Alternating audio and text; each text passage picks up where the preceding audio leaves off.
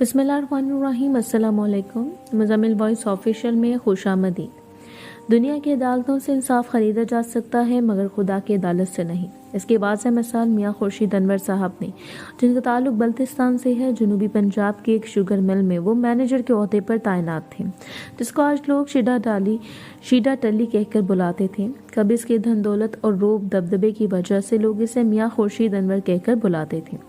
وہ اپنے گاؤں میں سب سے معزز سمجھا جانا تھا، اور چونکہ شوگر انڈسٹری کے مالک نے اسے گاڑی دے رکھی تھی، جس وجہ سے وہ گاڑی لے کر گاؤں آتا تھا۔ اس وقت میں اس کے گاؤں تو کیا، ارد گرد کے کسی گاؤں میں بھی کسی شخص کے پاس گاڑی نہیں تھی۔ قرب و جوار کے گاؤں میں رہنے والے لوگ بچوں کو اس کی گاڑی دکھانے خاص طور پر لایا کرتے تھے، جسے دیکھ کر بچے بہت خوش ہوا کرتے تھے۔ لوگوں کی اس پیار، محبت اور عزت نے اسے بہت حد تک مغرور بنا دیا تھا۔ وہ ان سب چیزوں کو اللہ تعالیٰ کی عطا مانگنے کی بجائے بہت حد تک اپنی محنت پر غرور کرتے ہوئے انہیں اپنی محنت کا صلہ قرار دیتا تھا، اور اپنی نجی محافل میں کسی نہ کسی غریب غربا کو مذاق اور طنز کا نشانہ بناتا رہتا تھا، اور اس کی دولت سے مروب لوگ اس کے لہجے میں جواب دینا تو درکنار، اس کے سامنے بولنے سے بھی ڈرتے تھے، اور چپ چاپ بڑی محفل میں ذلت اور رسوائی سہتے رہتے تھے، طنز و مذاق کا نشانہ بنتے رہتے تھے۔ اس لیے بھی کوئی شکوہ زبان پر نہیں لاتے تھے، کیونکہ وہ جانتے تھے کہ وہ میاں خورشید انور کی غیظ و غضب کی تاب نہ لا سکیں گے۔ ان کی خاموشی ان کی کمزوری بنتی جاتی تھی، اور میاں خورشید کے طنز کی حد بڑھتی جا رہی تھی، مگر اس کی ان برائیوں کے باوجود اللہ تعالیٰ نے اسے مہلت دے رکھی تھی۔ میاں خورشید انور کے برعکس اس کی بیوی انتہائی وزادار، ملنسار اور غریب پرور تھی۔ وہ بھی میاں خورشید انور کے ساتھ رحیم یار خان میں مل مالک کی طرف سے ملی ہوئی کوٹھی میں رہتی تھی، اور چھٹیوں میں یا کسی خاص موقع پر اپنے شوہر کے ساتھ اپنے رشتہ داروں کے ہاں اور آبائی گاؤں میں آتی تھی۔ جتنے دن وہ رہتی تھی، اپنے گھریلو اخراجات میں سے بچائے گئے رقم کو غریب غربا اور محتاجوں پر لگاتی رہتی تھی۔ یہی وجہ تھی کہ اس کی غیر موجودگی میں بھی گاؤں کے غریب غربا، مرد، عورتیں اور بچے سب اسے دعاؤں میں یاد رکھتے تھے، مگر شاید وہ لوگ یہ نہیں جانتے تھے کہ میاں خورشید کی بیوی ان کے ساتھ جو مالی تعاون کرتی ہے، وہ اپنے شوہر سے چھپا کر گھریلو اخراجات کے لیے ملنے والی رقم سے بچت کر کے کرتی ہے۔ گاؤں کے غریب بچے، جس کے والدین اس کی رخصتی کے اخراجات برداشت نہیں کر سکتے تھے، صرف رقم نہ ہونے کی وجہ سے اپنی والدین کی دہلیز پر بیٹھی ہوئی تھی۔ میاں خورشید انور کی بیوی کو جب یہ بات پتہ چلی تو اس نے اپنی ذاتی کوششوں سے نہ صرف لڑکی کا ایک مناسب جگہ رشتہ طے کروا دیا، بلکہ شادی کے بعد یہ ہونے والے اخراجات اپنی ذمہ داری پر لیتے ہوئے لڑکی کو گھر سے رخصت کروا کر اجر عظیم کما لیا۔ مگر دوسری طرف یہ بات چلتے پھرتے میاں خورشید کے گھر والوں تک پہنچی، اور پھر وہاں سے میاں خورشید تک پہنچی تو اسے احساس کمتری کا احساس ہوا۔ اس نے طیش میں آ کر اپنی بیوی کو پیٹنا شروع کر دیا، یہاں تک کہ مار مار کر اس کی ٹانگ کی ہڈی توڑ دی اور اس کے سر میں بھی گہرے زخم آئے۔ پھر بجائے ہسپتال پہنچانے کے رحیم یار خان میں ہی سے طلاق دے دی اور اس سے بچے چھین کر اسے گھر سے باہر پھینک دیا۔ راہ گزروں میں سے کسی شخص نے اس کی بیوی کو ہسپتال پہنچایا اور اس کے ورثاء کو خبر کر دی۔ اس کی بیوی شائستہ کے گھر والے مڈل کلاس فیملی سے تعلق رکھتے تھے۔ پرائیویٹ ہسپتال سے اپنی بیٹی کا علاج کروانا ان کے لیے ممکن نہ تھا۔ وہ ہسپتال کے اخراجات ادا کر کے ڈسچارج کروا کر اپنی بیٹی کو واپس اپنے آبائی گاؤں بلتستان میں لے گئے اور وہاں کے سرکاری ہسپتال سے اس کا علاج کروایا۔ انہوں نے میاں خورشید کے خلاف قانونی کارروائی کی ہر ممکن کوشش کی، مگر رحیم یار خان اور بلتستان کی پولیس نے ان کے ساتھ تعاون سے انکار کر دیا۔ انہوں نے عدالت کے ذریعے انصاف لینے کی کوشش کی، مگر وہاں بھی وہ میاں خورشید انور کے اثر و رسوخ کے سامنے کچھ نہ کر سکے، تو اپنا معاملہ اللہ تعالیٰ پر چھوڑ کر بیٹی کے صحتیاب ہونے کے بعد انہوں نے اپنی بیٹی کی دوبارہ شادی کر دی۔ شائستہ کی موجودہ شوہر کا نام اسکر تھا، جو بڑی گاڑیوں کا مکینک تھا۔ شادی کے بعد وہ جلد ہی کویت چلا گیا۔ 3 سال کی کڑی محنت کے بعد اس نے کویت میں اپنی ورکشاپ بنا لی۔ جب اس کے وسائل بڑھ گئے اور آمدنی میں اضافہ ہو گیا تو اس نے شائستہ کو بھی وہیں پر بلا لیا۔ دوسری طرف شائستہ کو طلاق دینے کے 1.5 سال بعد میاں خورشید انور ایک حادثے کا شکار ہو کر معذور ہو گیا۔ اس کی نوکری چلی گئی، اس کا کاروبار روب دبدبا ختم ہو گیا اور وہ ایک پائی کا محتاج ہو گیا۔ کبھی جن بیکاریوں کو وہ مغالطات بکتے تھے، تھپڑ اور ٹانگ مار کر انہیں دہلیز سے بھگا دیا کرتا تھا، جس سے اللہ تعالیٰ کی راہ میں صدقہ خیرات کرنے کی وجہ سے اپنی بیوی کو طلاق دے دی تھی اور مار مار کر اس کی ٹانگ توڑ دی تھی۔ آج وہی میاں خورشید انور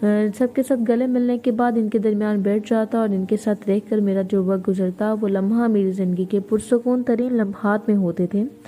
میرا یہ ماننا تھا کہ مجھے اللہ جتنا نوازتا جا رہا ہے وہ سب کچھ ان بزرگوں کے وسیلے سے مجھے مل رہا ہے۔ میں نے کبھی کسی سے اس کا ماضی نہیں پوچھا تھا، کیونکہ میں جانتا تھا یہاں انسان جن حالات سے گزر کر پہنچتا ہے وہ حالات کسی کو بتائے ہوئے تو کیا خود سوچتے ہوئے بھی انسان کو انتہائی اذیت ہوتی ہے۔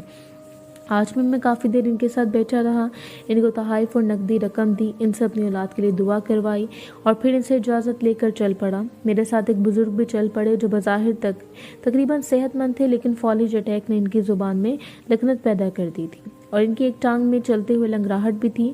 میں نے انہیں لاکھ حرام کرنے کا کہا، مگر وہ آداب میزبانی کا فرض ادا کیے ہوئے بار انہیں لا کر وہ آداب میزبانی کا فرض ادا کیے بغیر نہ رہے اور میرے ساتھ چل پڑے۔ ان کے ساتھ ساتھ مجھے بھی آہستہ آہستہ چلنا پڑا اور یوں باتوں میں انہوں نے اپنی ردا سنانا شروع کر دی۔ انہوں نے کراچی کے ایک مشہور فائبر آپٹکس کی کمپنی کا نام لیا اور بتایا کہ میں اس کا مالک تھا۔ ہم 2 بھائی تھے اور دونوں برابر کے حصے دار تھے۔ میرے پاس ایک بیٹا اور ایک بیٹی تھے، جبکہ میرے بھائی کے پاس صرف ایک بیٹی تھی۔ میرے بھائی کی بیٹی 12 سال کی تھی جب میرا بھائی فوت ہو گیا۔ بھائی کی موت پر بجائے غمگین ہونے کے میرا دل حاسد اور لالچی ہو گیا۔ میں نے بھائی کا حق ہڑپ لیا، سارے جعلی کاغذات تیار کروا کر اپنے بھائی کو برابر کے حصے دار ہوتے ہوئے بھی کمپنی کا ملازم ظاہر کر دیا۔ میں نے بات اپنی بھابھی کو نہ بتائی، اس کی آنکھوں میں دھول جھونک کر رکھی اور اس کو اس کی ضروریات کا خرچہ دیتا رہا۔ اس کی بیٹی کی تعلیم کے اخراجات بھی پورے کرتا رہا، یہاں تک کہ اس کی بیٹی تعلیم مکمل کر کے فارغ ہو گئی تو میری بھابھی نے مجھے حق دیا کہ اپنی بھتیجی کی شادی اب اپنی مرضی سے کر لیں۔ شاید میری بھابھی کے دل میں یہ بات تھی کہ چونکہ ان کی بیٹی آدھے کاروبار کی مالک ہے، اس لیے میں ان کی بیٹے کی شادی اپنے بیٹے سے کر دوں گا، لیکن میں کاروبار سے ان کا نام برسوں پہلے ہٹا چکا تھا، اس لیے میں نے بھابھی سے کہا کہ آپ کی بیٹی ہے، آپ اسے اپنی مرضی سے بیاہ دیں۔ میری بات سن کر میری بھابھی نے کہا کہ اگر میں اس کو بیاہوں گی تو کل کلاں کو اس کا شوہر کاروبار سے حصہ مانگے گا تو آپ لوگ کہیں گے کہ میں پڑائے گھر کی تھی، اس لیے سارا فساد میں ڈلوا رہی ہوں۔ بھابھی کی بات سن کر میں نے ان کو واضح کر دیا کہ کاروبار سے تم لوگوں کا کوئی لینا دینا نہیں ہے، تمہارا شوہر میرے پاس بطور ملازم کام کرتا تھا، وہ مر گیا، بات ختم ہو گئی۔ باقی جو بھی اچھائی میں نے تم لوگوں کے ساتھ کی ہے وہ میں نے محض تم لوگوں پر ترس کھا کر کی ہے تاکہ تم کو در در کی ٹھوکریں نہ کھانی پڑیں۔ میری بات سن کر میری بھابھی کے چہرے کا رنگ اڑ گیا، وہ مجھ سے بحث کرنے لگی، مگر میرا فیصلہ اٹل تھا۔ ایک تو میں پرانے سارے ملازمین فارغ کر کے اپنی مرضی کے لیے نئے لوگ تعینات کر چکا تھا، دوسرا میں سب کچھ جانتا تھا کہ میرے پاس مضبوط قانونی ٹیم بھی ہے، سب کچھ تھا، جبکہ میری بھابھی تو میری محتاج تھی۔ اگر میں چاہتا تو ان کو ایک وقت کے کھانے کے لیے بھی مجبور کر دیتا۔ میری بھابھی نے میری لاکھ منت سماجت کی، مجھے واسطے وسیلے دیے، مگر ان کا حق کھا چکا تھا۔ میں نے صاف انکار کر دیا اور اپنی بات پر ڈٹ گیا کہ میرے بھائی کاروبار میں حصہ دار نہیں بلکہ بطور ملازم شامل تھا۔ میری بھابھی نے لوگوں کی سپورٹ سے قانونی چارہ جوئی شروع کی تو میں نے اس سے پائی کا محتاج کر دیا۔ آخرکار تھک کر میری بھابھی گھر بیٹھ گئی اور ہمارا گھر بھی کروڑوں روپے کا تھا۔ میں دل میں وہ گھر ہتھیانے کا فیصلہ کر چکا تھا۔ خیر جب بھابھی کنگال ہو گئی تو اس نے اپنی بیٹی کی شادی بھی ایک ایسے گھرانے میں کر دی۔ میری بھتیجی کا شوہر کسی ٹیکسٹائل مل میں کیمیکل رنگ کا ماسٹر تھا اور اس نے کچھ عرصہ میری بھتیجی کو رکھا، پھر میری بھتیجی قدرتی طور پر دماغی کینسر کا شکار ہو گئی۔ اس نے طلاق دے کر فارغ کر دیا اور ایک بار پھر وہ لوگ میرے محتاج ہو گئے، مگر اب میں نے ان کی مدد نہ کرنے کا فیصلہ کیا اور ایک ماں سے اپنی اولاد کی تکلیف کہاں برداشت ہوتی ہے۔ اس نے گھر بیچ کر بیٹی کا علاج کروانے کا فیصلہ کیا، مگر یہ گھر تو بہت پہلے اپنے نام منتقل کروا چکا تھا۔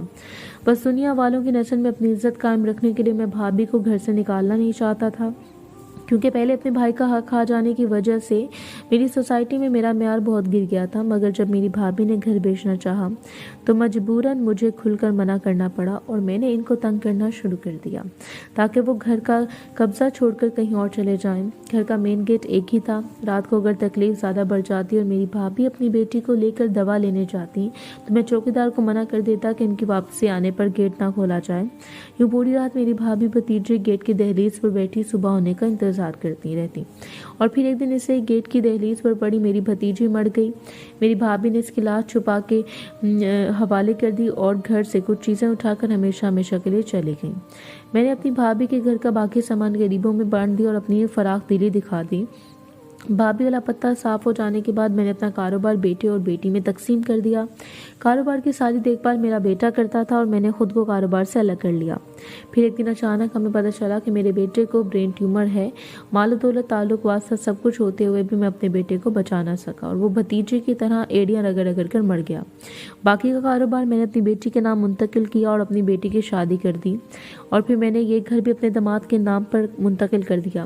شادی کے 5 سال بعد میری بیٹی اور داماد نے سارا کاروبار سمیٹا، جس گھر میں مقیم تھا وہ گھر بھی بیچا، مجھے اس فلاحی ادارے کے سپرد کیا اور خود سوئٹزرلینڈ منتقل ہو گئے۔ اس کے بعد پلٹ کر کبھی میری خبر نہ لی۔ میرے ٹھاٹ باٹ، میری شان و شوکت، میرے تعلق واسطے وسیلے سب دھرے کے دھرے رہ گئے۔ میرے ایلیٹ کلاس کے وہ دوست جو میرے آنے پر اپنی نشست چھوڑ کر کھڑے ہو جایا کرتے تھے، اور وہ میرے بلانے پر بھی میری ملاقات کے لیے نہ آئے۔ اس غم اور دکھ کی کیفیت میں مجھے فالج کا اٹیک ہوا۔ میری جان تو بچ گئی، لیکن میں بہت کمزور ہو گیا۔ اپنے مردہ بھائی کا حق چھین کر میں نے اپنی اولاد کو دیا تھا، مگر نہ میری اولاد رہی نہ میرا وہ کاروبار رہا۔ اگر میرے پاس کچھ رہا تو میرے کاندھوں پر اس گناہ کا بھار رہا جس کا عذاب میں بھی بھگت رہا ہوں، اور موت کے بعد میرا حشر، میدان حشر میں پتہ نہیں میرے ساتھ کیا ہوگا، یہ سوچ کر میں اکثر لرز جاتا ہوں۔ ان بزرگ کی کہانی مکمل ہوئی تب تک کے لیے ہمیں مین گیٹ پر کھڑے کافی دیر گزر چکی تھی۔ رو رو کر وہ اس قدر لرز رہے تھے کہ مجھے مجبوراً دوبارہ سہارا دے کر انہیں واپس چھوڑنا پڑا۔ میں نے ان کو تسلی دی کہ اللہ تعالیٰ کی ذات سے نا امید نہ ہو، مگر میرے دل و دماغ میں اس سوال گونج رہا تھا کہ اللہ تعالیٰ اپنی ذات تک ہر بات معاف کر دے گا، لیکن حقوق العباد کے متعلق اللہ تعالیٰ نے واضح حکم فرما رکھا ہے کہ ان کو ان کے کمرے میں چھوڑ کر میں دوبارہ واپس مڑا۔ اس ادارے کی مسجد میں گیا، نماز ادا کی اور بہت دیر تک بیٹھ کر سوچتا رہا کہ کہیں کوئی شخص ایسا نہ ہو جس کا میں نے حق کھایا ہو، یا کوئی شخص ایسا نہ ہو جس سے میں مدد کر سکتا ہوں اور میں نے جان بوجھ کر مدد نہ کی ہو۔ میرے ذہن میں ایسا کوئی شخص نہ ہے۔ اس کے باوجود میں اللہ تعالیٰ سے بہت تائب ہوں اور دل میں عہد کیا کہ انشاءاللہ اپنی دہلیز پر آیا ہوں کوئی سوال ہی خالی نہیں موڑوں گا۔ اللہ کہتا ہے، بہت دیر تک اللہ تعالیٰ کے خوف سے میں مسجد میں بیٹھا لڑتا رہا، اپنے گناہوں کی معافی مانگتا رہا۔ جب حالت کچھ بہتر ہوئی تو اٹھا اور گھر واپس آیا۔ آ کر اپنی بیوی کو بھی کہا کہ حقوق العباد کے معاملے میں کبھی کوتاہی نہ کرنا، اور ساتھ اس کاروباری شخص کی رویداد بھی سنائی، جس کی بات سن کر میری بیوی نے بتایا کہ وہ اس شخص کو نہ صرف جانتی ہے بلکہ اس کی بیٹی اس کی دوست بھی تھی، مگر ایک عرصے سے اس سے کوئی رابطہ نہیں ہوا۔ ان الفاظ کے ساتھ کہانی کا اختتام کرنا چاہتی ہوں کہ اگر ہو سکے تو کسی سوالی کو خالی ہاتھ نہ موڑیں۔ اگر مدد نہیں کر سکتے تو کم از کم اس کی توہین بھی نہ کریں، کیونکہ عرش بری پر بیٹھا اللہ ہماری شہرک سے بھی زیادہ قریب ہے، اور اس کو اس کی مخلوق بہت پیاری ہے۔